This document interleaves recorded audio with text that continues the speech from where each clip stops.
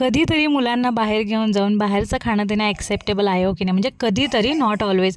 So आम्ही आज चाललो आहे पिझ्झा खायला. आता तुम्ही म्हणाल की मुलांना पिझ्झा बर्गर देऊ नको. सो त्याआधीच मी क्लिअर करते की मी मुलांना कधीच पिझ्झा बर्गर अशा गोष्टी देत नाही. इनफॅक्ट आम्हीच खूप रेअरली खातो, त्यामुळे त्यांना देण्याचा प्रश्नच येत नाही. सिया विहानला फर्स्ट टाईम आम्ही पिझ्झा बर्गर खायला घेऊन आलो आहे. ह्याआधी सियाने एकदा खाल्ला होता, घरी मागवला होता तेव्हा, पण त्याला पण आता झाली 1.5-2 वर्ष. आणि घरी पण आम्ही जास्त मागवत नाही. म्हणजे कसं होतं ना की जर मुलांना द्यायचं नाही आपल्याला, तर आपण त्यांच्यासमोर कशाला मागवून खायचं ना, त्यामुळे आम्ही मागवतच नाही. आम्हाला इच्छा झाली तर आम्ही एकटे असतो तेव्हाच खातो बाहेर गेल्यावर. आणि त्यानंतर अतुलनी थोडंसं स्वीट मागवलं, ते खाल्लं. त्यानंतर मला खूप वर्षातून बर्गर खायची इच्छा झाली होती, मी बर्गर खायला गेलो. पण बर्गर सिलेक्शनमध्ये मात्र मी चुकले आणि मी चीज मागवला.